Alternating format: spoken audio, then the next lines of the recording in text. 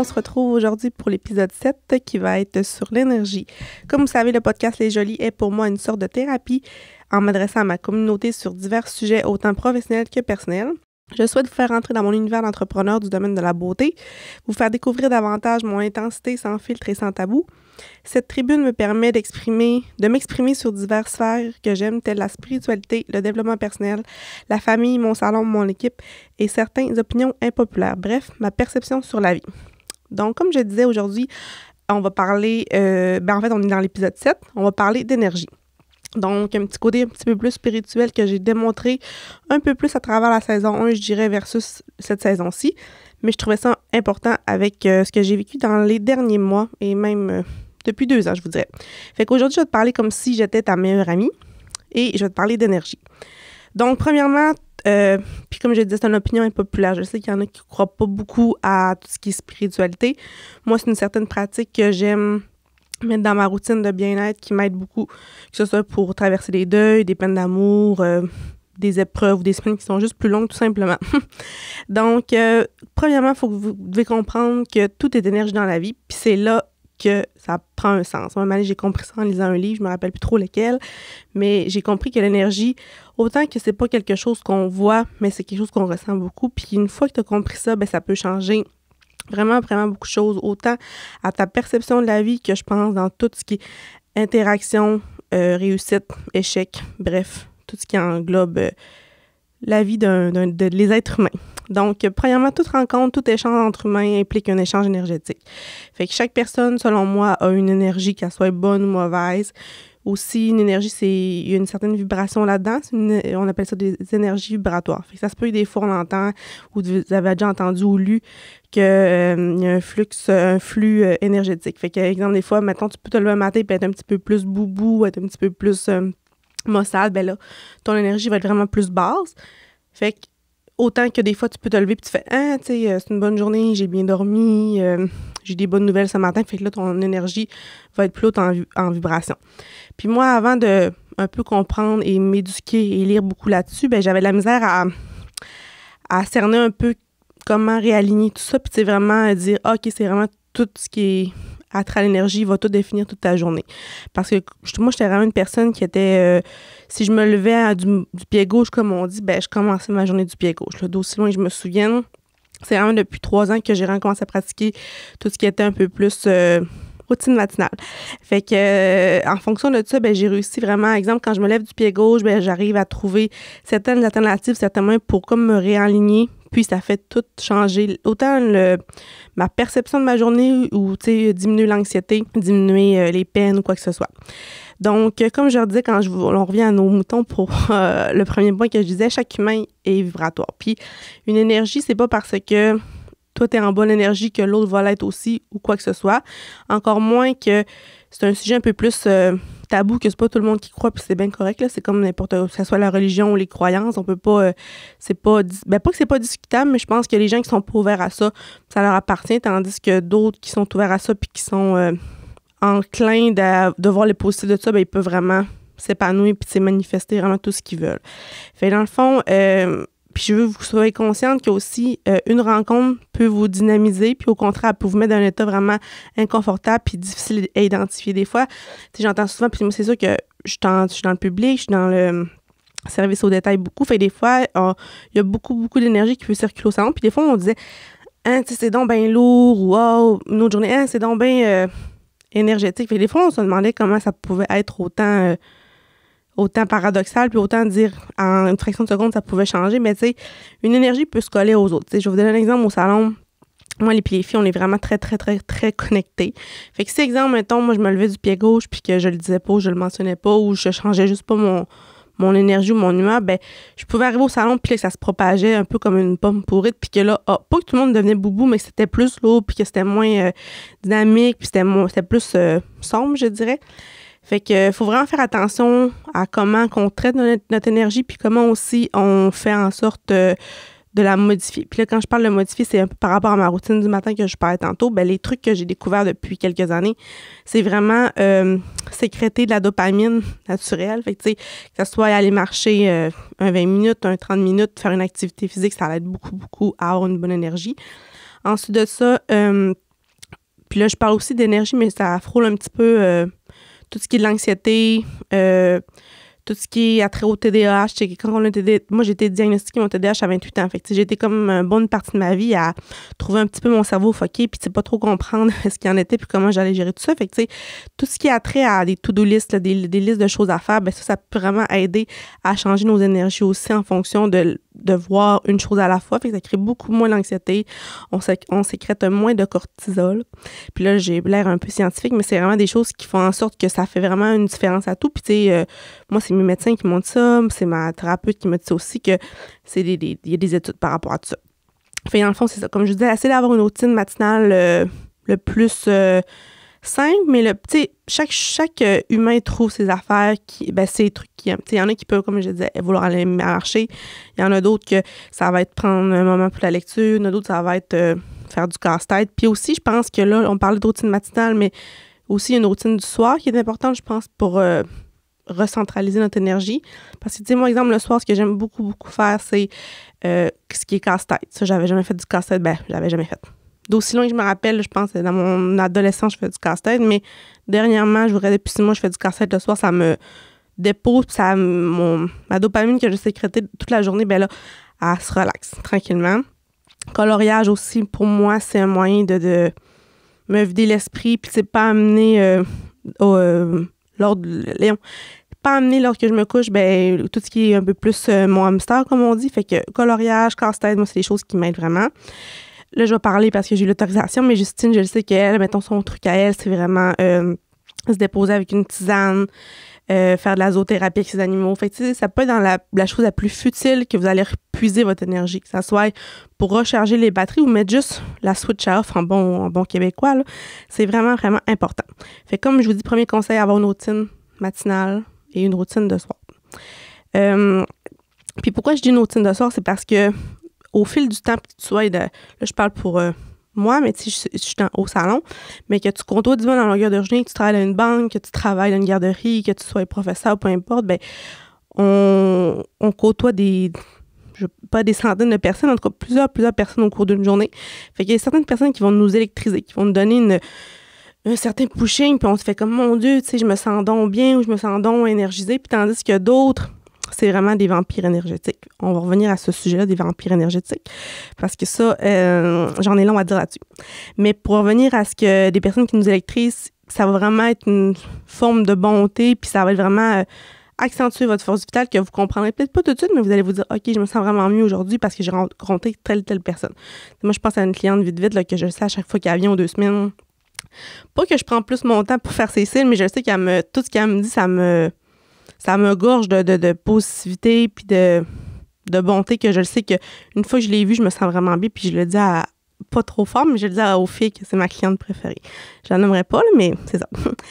Puis, aussi, je voulais parler d'un peu tout ce qui était, comme je disais, tout est énergie, comme je parlais tantôt, mais une structure énergétique, c'est un peu, puis là, je vais faire une métaphore, un dessin pour les gens qui sont un petit peu plus visuels, mais l'énergie, c'est comme un peu une structure énergétique. Fait que, on pense, mettons, à un corps humain, que, avoir les os, les muscles et tout ça, c'est une structure énergétique, on le voit pas scientifiquement parlant, mais c'est vraiment à l'interne, puis c'est vraiment... il y a vraiment des études qui sont par rapport à ça. Fait qu'il faut vraiment comprendre les émotions, le mental, que ça peut influencer les réserves énergétiques d'un individu. Des fois, on entend parler « j'ai mal à la tête après une grosse journée » ou « j'ai mal au cœur ». Le corps humain parle, puis souvent, on se fie beaucoup à j'ai dû manger quelque chose de pas correct ». Puis, je dis pas que ça se peut pas, mais des fois, quand tu te fais une introspection de ta journée ou que soit que tu n'as pas une nerf après ton chum, ou soit que tu t'es chicané avec ta mère, ou soit que tu te signes avec ta meilleure amie, des fois, tu réalises que c'est tout vraiment viscéral, puis c'est des choses énergétiques, qu'une énergie a passé à l'autre, puis que ça a vraiment joué à l'interne. Fait que ça, on appelle ça souvent les mystères du magnétisme. Puis là, vous allez peut-être me trouver un peu, pas sorcière, là, mais les mystères du magnétisme, c'est vraiment, comme je disais, comprendre les émotions puis le mental. Parce que, comme je disais, ça peut influencer les réserves énergétiques d'un individu. Puis quand je parle des émotions et le mental, c'est 2 choses. Puis ça, c'est quelque chose que moi, j'avais bien de la misère à gérer jusqu'à pas plus loin que cet été. Moi, avant, toutes mes émotions prenaient le contrôle de mon mental. Fait que quand j'allais bien, là, c'était vraiment genre je pouvais être sur un gros high, je pouvais être vraiment à mon plein potentiel, comme on dit, mais des émotions, il y en a toutes sortes. Fait que quand, exemple, mettons, c'est des émotions un peu plus tristes, un peu plus pessimistes, ben, ça prenait tout mon mental. Fait que là, j'étais souvent zéro fonctionnelle ou que j'avais des... je veux pas aller dans... dire que j'avais des propos suicidaires, mais je pouvais être très, très autocritique, où je pouvais m'auto-flageller assez facilement. Mais au début, je me disais, puis dans la dernière année, j'ai vu des spécialistes, un psychiatre, après ça, oui, des psychologues, mais je me disais, j'ai-tu un TPL, j'ai-tu je suis bipolaire, tout ça, parce que, au début, tu te dis, bon Dieu, je suis non même pas constante, mais tu sais, puis après ça, j'ai passé les tests, finalement, tu sais, j'ai rien de ce genre de maladie-là, puis c'est pas que c'est mauvais d'avoir ces maladies-là, mais tu sais, je voulais avoir réponse à mes questions, mais j'ai vraiment réalisé que fallait vraiment faire la part des choses entre les émotions puis le mental, parce que je pense qu'il y a beaucoup plus de personnes qu'on pense qui ont de la misère à gérer ça, puis ça, c'est d'aussi loin que je me rappelle, ça va dans mon enfance. Tu sais, moi, je suis de la génération que je me suis pas fait vraiment... Ben oui, je me suis fait expliquer les émotions, mais en très, très à large, je dirais, tu sais. Contente, fâchée, triste. Puis tu sais, quand tu vois ça, ce genre les trois émotions que je viens de nommer, ben ça... Quand tu mets ça sur un papier, tu vois que c'est comme blanc ou noir, qu'il n'y a pas vraiment de zone grise. Fait que tu sais, moi, dans toute ma vie, j'ai un peu été là-dedans, puis ce qui m'a permis ou pas permis, plutôt, de pas être vraiment vulnérable. Fait que moi, mettons, exemple... quand on disait Myriam est fâchée, mais tu sais, souvent en dessous de la frustration puis de la colère, ben il y a souvent de la déception, de la peine, tu sais, une émotion, il y a beaucoup de sous-émotions. Puis ça, ce travail-là, je l'ai fait dans la dernière année parce que la petite Myriam, là, je savais pas c'était quoi des sous-émotions. Fait que ce qui en faisait, c'est que tout prenait mon mental. Fait que comme je dis, ça pouvait vraiment créer des précédents au niveau de mon travail, au niveau de mes relations interpersonnelles, au niveau de mes notes à l'école. Fait que c'est pour ça que j'essaie de faire cet épisode-là léger, mais qui fait en sorte que ça démystifie l'énergie que ça peut rendre. Ça peut aller très, très loin, mais ça peut être très, très contrôlé. Donc, voilà. Fait que, comme je disais, aujourd'hui, ben, je vais essayer d'être ta meilleure amie avec une certaine pratique surprenante, mais légère pour pouvoir rendre le podcast lourd. Parce que l'énergie, comme je disais, ça joue un rôle crucial dans notre bien-être. Puis, d'aussi loin que je me souvienne, récemment, j'ai appris vraiment des méthodes spécifiques pour m'aider à recharger mon énergie efficacement, puis pas dans la lourdeur, puis pas que le monde te trouve bizarre non plus, tu sais, parce que, veux pas, ben, pas les jugements peuvent être faciles, mais quand tu comprends pas, ou du moins que t'es pas proche de la personne, tu peux dire, voyons, pourquoi qu'elle respire, ou qu'elle fait des techniques de respiration, pourquoi ci ou pourquoi ça. On reviendra à tout ça, mais voilà. Fait qu'aujourd'hui, c'est ça. On va parler, en fait, je vous fais comme un appel à harmoniser votre énergie en renforçant votre bien-être sur tous les plans, que ce soit physique, émotionnel et énergétique. Donc, mon premier conseil en tant que meilleure amie, à chaque jour, je vous dirais, il s'agit de faire ce que notre ego n'a pas appris à faire. Puis là, comme je disais, je n'ai déjà parlé, je pense, dans la saison 1 de l'ego et de l'être.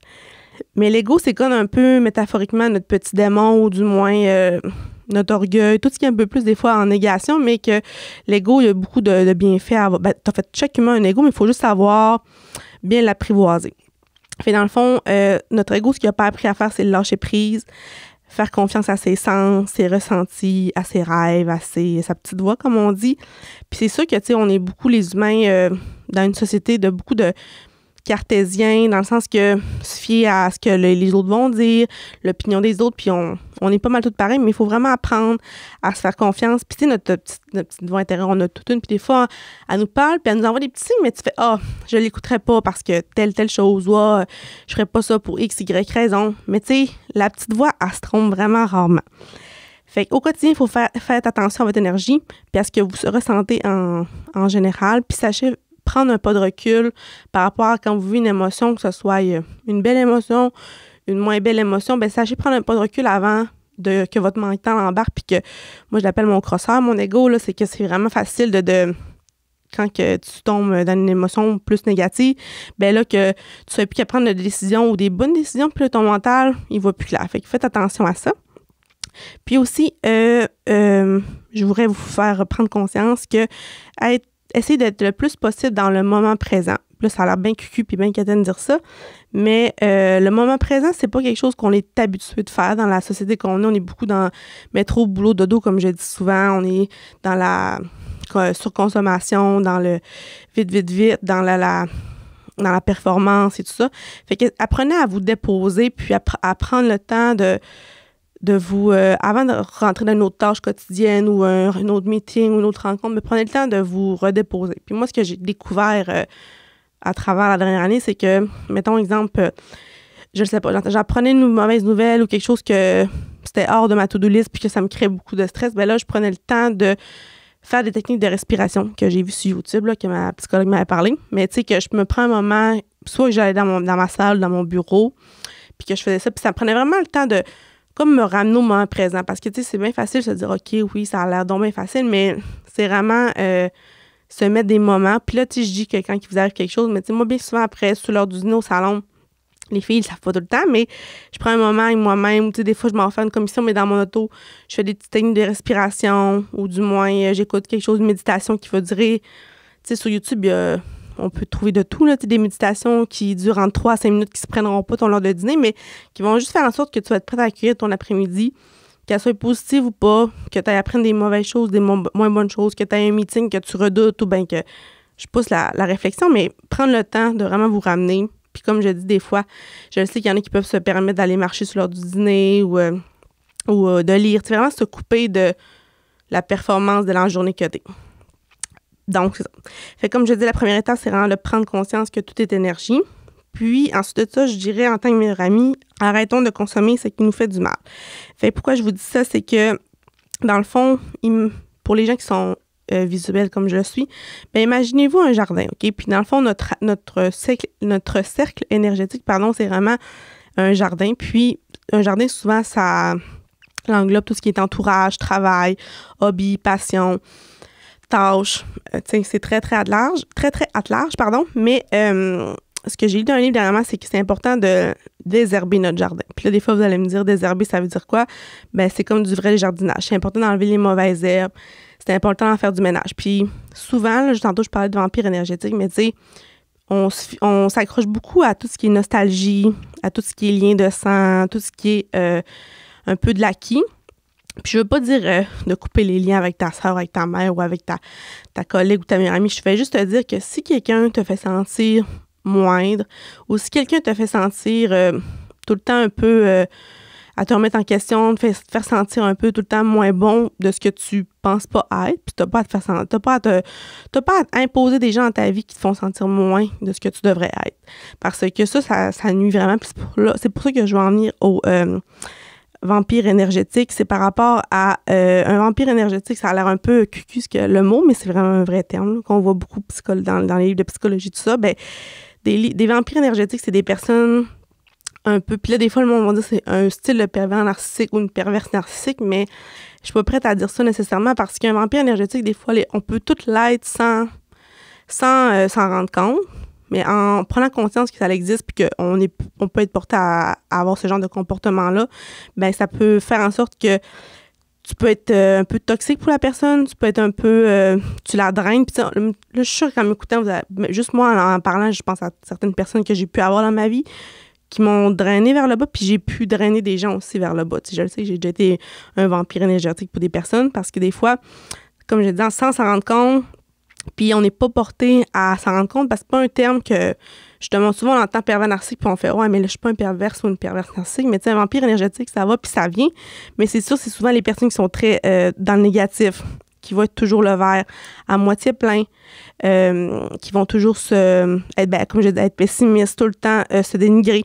Fait que c'est sûr que, tu sais, c'est un exemple, que ce soit ta collègue, ta mère, ton ami ou ton parent ou peu importe, que quelqu'un qui va tout le temps dire des choses un peu dans le pessimisme, dans la négation, ben c'est sûr que ton cerveau vient un peu à consommer de ça tous les jours. Fait que ça en revient à ce que je disais, faire attention de consommer des choses qui nous font du mal. Fait que quand je dis consommer, c'est pas manger ou quoi que ce soit, là. C'est vraiment par rapport à notre entourage, puis l'énergie, est-tu bonne ou est pas bonne? Puis tu sais, ça se dit à quelqu'un comme, mettons, hey, aujourd'hui, pas ton énergie, mais aujourd'hui, t'es vraiment pessimiste, peux-tu soit t'aider ou soit du moins prendre un pas de recul envers toi-même, puis tu sais, parce que là, ça se propage, puis ça se dit très bien.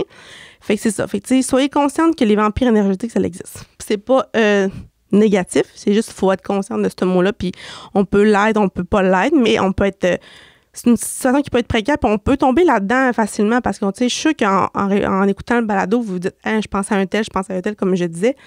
Puis, tu sais, souvent, on est attiré, je vais parler pour moi, mais moi, je suis attirée, j'ai le syndrome de la mère Teresa.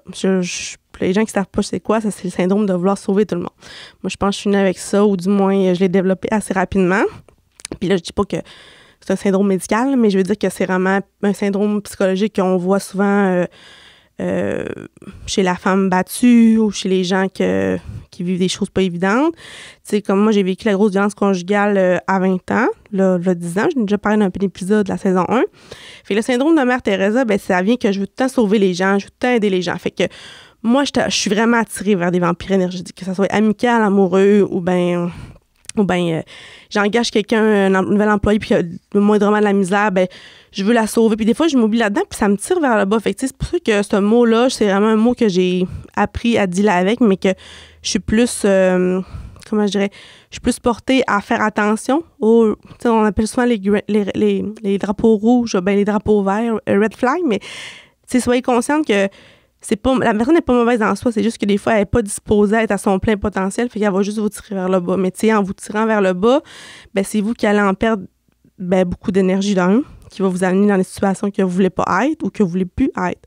Fait que c'est vraiment, vraiment important de faire attention à ça.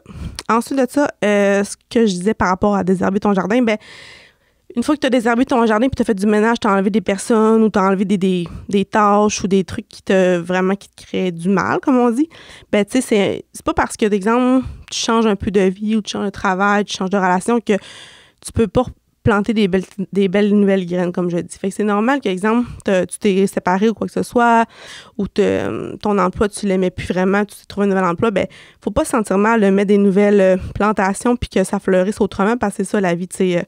Notre jardin, il est jamais stable, il est jamais... il fleurit jamais pareil d'année en année, fait qu'il faut juste être consciente de tout ça. C'était une petite image métaphorique que je voulais vous partager. Puis après ça, pour les gens qui sont un peu plus... impulsif ou qui aime ça voir les choses blanc ou noir dans la vie, un peu comme moi, je m'avais fait donner un conseil un moment donné que c'était de prendre une feuille puis de faire 3 cercles sur ta feuille. Un peu des cercles, pas qui se touchent nécessairement, mais qui font vraiment faire en sorte qu'il y a un cercle que c'est pour les personnes physiques, comme on dit. D'autres, un peu, que c'est comme plus tout ce qui est travail, tâches, ou tout ce qui est plus dans le day-to-day, mais pas nécessairement dans les personnes du quota, mais plus dans les choses qui font pas de bien. C'est comme là, je pense, mettons, vite, là. Mettons, moi, exemple, avant, ce qui me créait vraiment, vraiment de l'anxiété ou ce qui me faisait vraiment pas bien filer, c'était ma comptabilité. Fait que là, tu sais, j'ai comme délégué un peu ça. Oui, j'ai gardé une certaine gestion, mais tu sais, fait c'est des choses bien, bien banales, mais tu vois que comme cibler ce qui te draine vraiment de l'énergie, c'est vraiment... puis là, en voyant ces cercles-là, ben tu fais comme, OK, fait que tu es capable de cibler, puis c'est plus facile d'aimer tout ça, puis voir un peu les actions que tu as à faire pour contrer ça, puis que ça se rééquilibre. Comme je disais, cet exercice-là va te permettre de mettre de la clarté, puis avec ton visuel, ben pas que tu n'auras pas le choix, mais tu pourras pas dire « Ah, ben c'est pas si grave que ça ». Parce que des fois, tu sais, on encaisse, puis on encaisse, puis on encaisse, puis on vient à même pas être capable de démystifier ce qui nous draine et ce qui nous draine pas. Fait qu'avec cet exercice-là, que ma thérapeute m'a déjà dit, ben ça met de la clarté dans ton esprit puis dans ton petit cœur. Ensuite de ça, mon avant-dernier conseil, ça serait de vous entourer de douceur. Puis là, quand je dis douceur, ça a l'air un petit peu encore quétaine, mais c'est que ça soit dans la chose la plus banale, un peu, des fois, je dis la phrase dit romantiser sa vie, mais tu sais, que le matin, tu te fasses ta petite routine, que ce soit ce que tu consommes sur les réseaux sociaux, dans vos relations amicales, amoureuses, vos activités. Des fois, on attend des gens qui nous donnent la douceur, où on dit « ça va être plus calme, ça va être plus doux après les fêtes, ça va être plus calme ou plus doux mais que j'aille accoucher ». Ou tu sais, vous voyez, ça peut être tout le temps plus doux, mais tu sais, si on ne met pas l'action tout de suite d'être douce envers soi-même, ben c'est trop facile de tomber justement dans la performance, avec la société qu'on vit, de tomber dans l'autoflagellation, comme je parlais, dans l'autocritique. Fait que, tu sais, les gens, là, je parle pour moi, mais moi, je sais que quand je mets pas de la douceur puis que je romantise pas ma vie, ben je sais que je tombe dans la performance puis je suis là-dedans, je suis pas heureuse. Quand c'est trop dans tu sais, oui, je suis une fille de performance, j'aime ça, exemple, que mes résultats parlent, que mes années financières parlent, mais ça me prend de la douceur, puis ça va dans la chose la plus banale que je vais donner un exemple. Moi, mettons, de la douceur, ça va être exemple, faire mon smoothie le matin, puis que je vais mettre comme des un smoothie bowl, exemple, que je mets des choses bien cute sur le dessus, exemple, je sais pas, des noix de coco, des petites morceaux de noix de coco, des tranches de banane, mais tu sais, que finalement, je le mange, mon bol de smoothie, mais que, tu sais, ça va juste créer un petit peu de romantisme dans ma vie. C'est des affaires bien banales qui coûtent pas nécessairement cher. Je vous dis pas d'aller vous payer un voyage dans le sud puis que vous comprenez ce que je veux dire, mais fait que c'est ça. Ensuite de ça, mon autre conseil en tant que meilleur ami, ça serait d'avoir des relations harmonieuses. Puis là, où je m'en vais avec ça, c'est un petit sujet, pas que c'est tabou, mais moi, je suis une grande nostalgique. Nostalgique, oui, ça se dit. Je vis beaucoup de nostalgie. Fait que des fois, je m'accroche à des relations, surtout les relations amicales, que c'est des amis d'enfance, mais que tu vois que tu n'es plus nécessairement en ligne avec eux, ou que ce soit toi ou eux, c'est pas qu'une n'est pas fine ou que l'autre n'est pas fine, c'est que juste que vous n'êtes plus rendus à la même place puis qu'ils te font pas sentir nécessairement bien. Moi, cet été, j'ai vraiment fait un ménage dans tout ça. Puis ça m'a pris ben du courage, puis ça m'a fait ben de la peine parce que je me rendais compte qu'il y a des relations qu'ils me faisaient, puis tu sais, c'est pas contre elles, puis je suis fière d'eux autres, puis je suis fière qu'ils soient rendus maman, puis je suis fière d'eux qui sont rendus, mais comment qu'ils me faisaient sentir quand j'étais avec eux, c'était tout le temps que j'étais moindre, parce que moi, j'ai pas la même réalité qu'eux, je suis entrepreneur, célibataire à 30 ans, pas d'enfant, pas de maison. Oui, j'ai une maison, mais tu sais, vous comprenez ce que je veux dire, mais que j'ai pas les mêmes ambitions puis les mêmes aspirations, c'est pas normal de se faire sentir rabaissé par des gens qui sont censés t'aimer, que surtout des amis de longue date, parce que vous n'avez pas le même parcours nécessairement, qu'une ou l'autre a un parcours plus ou moins atypique, que là, c'était moi, de se faire sentir pas bien. Tu sais, cet été, moi, j'ai eu un souper, j'ai pas nommé les détails, mais je me sentais comme un peu un mouton noir, une bête de cirque, que j'ai comme fait, OK, ça marche vraiment pas, puis ça m'a tellement créé de l'anxiété, puis que j'étais là, je suis vraiment pas alignée, puis que ça m'a mis de l'énergie vraiment basse. Mon taux vibratoire restait bas pendant plusieurs jours parce que j'avais de la misère à remonter de tout ça. Fait que, tu sais, apprenez à avoir des relations harmonieuses. Puis, c'est sûr que des relations harmonieuses, ça peut changer avec le temps. Puis, comme je dis, pas parce que tu es amie de 15 ans à 20 ans avec que tu peux être amie avec elle de 25 à 30 et vice-versa. Fait que, tu sais, des fois, ça crée des coupures. Puis, ça prend beaucoup de courage pour démystifier tout ça parce que en surface, des fois, tu vas dire, OK, oui, c'est mon ami d'enfance, puis mais elle te procure plus du bien ou vice-versa. Fait que soyez des gens qui vous créent du bonheur puis la bonne dopamine. Ensuite de ça, un autre conseil que je donnerais, ça serait le bien-être de votre peau, de votre peau et votre cheveu, bref, de votre apparence physique. Puis là, je parle pas nécessairement de s'arranger ou quoi que ce soit, mais juste, exemple, se mettre belle ou se mettre beau pour soi-même, ça va tout changer ton mindset. Tu sais, puis je le sais, là, moi, mettons, je suis la première à, mettons, que le matin, je me mets en mou, que je suis trop... comment je peux dire ça, que je suis pas à mon meilleur, je sais que ça va jouer énormément sur mon énergie, je vais me trouver moins un petit peu. Fait que, tu sais, attendez pas de vous mettre beau ou belle pour quelqu'un ou pour une sortie. Fait que, tu sais, même si tu t'en vas juste travailler ou tu t'en vas juste faire des commissions, tu sais, mets-toi, pas à ton meilleur nécessairement, mais mets-toi bien.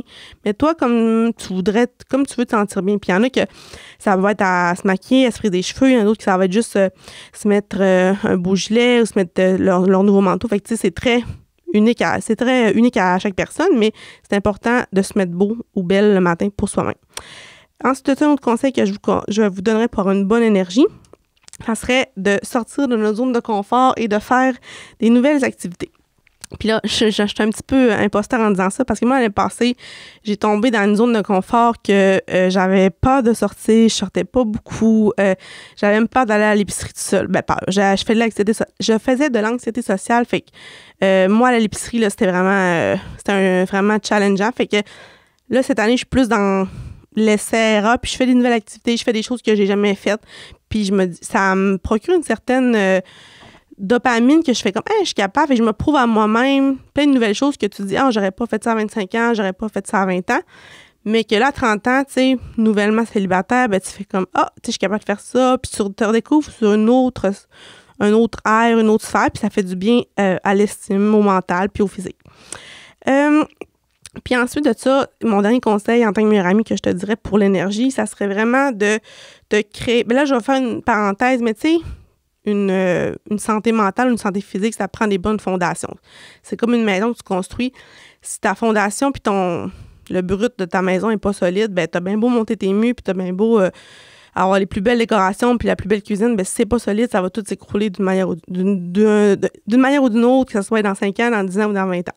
Fait que c'est vraiment important de se créer des bonnes fondations par rapport à l'énergie. Fait dans le fond, tu sais, ce que j'ai découvert, moi, dans la dernière année, c'est vraiment de créer une routine comme je disais, pour que mes ancrages soient solides. Fait que, tu sais, c'est beaucoup d'essais-erreurs au début parce que chaque personne va dire, bon, ben moi, j'aime mieux faire telle chose, moi, j'aime mieux faire telle chose. Puis, c'est un peu des essais-erreurs, mais une fois que tu as trouvé ce genre de routine-là, qui va être en douceur, comme je reparlais tantôt, ça va, un exemple que tu vis quelque chose puis que ça te met en énergie vraiment basse, en taux vibratoire vraiment bas, bien là, avec la routine que tu as mis, tes ancrages qui sont solides, bien, plus tu vas avoir des affaires plates ou peu importe ce qu'il y en a dans ta vie, bien, tu reviendras jamais au point initial que tu étais, tu sais. Tu vas tout le temps dire, OK, bien, au moins, je suis capable de me ramener. Comme je disais tantôt, mes techniques de respiration, pratiquer du yoga, ma marche matinale, c'est comme les choses qui sont indispensables à starter ma journée, puis que je sais que peu importe les adversités ou peu importe les décisions que j'ai à prendre, peu importe ma journée tout court, ben j'ai mes ancrages qui sont solides. Fait que voilà, fait que j'espère que ça n'a pas été trop lourd comme épisode. Je sais que c'est un épisode un peu plus spirituel, un peu plus en confidence, mais je sais que sur mes réseaux sociaux, vous aimez beaucoup ça quand je vous fais ce genre de conseils de meilleurs amis là. Fait que je voulais en faire un plus à large. J'avais eu une belle demi-heure de conseils de meilleurs amis. Donc, merci d'avoir écouté, puis on se retrouve pour un prochain épisode. Bye tout le monde! Ce balado est produit en collaboration avec la Télé du Haut-du-Lac.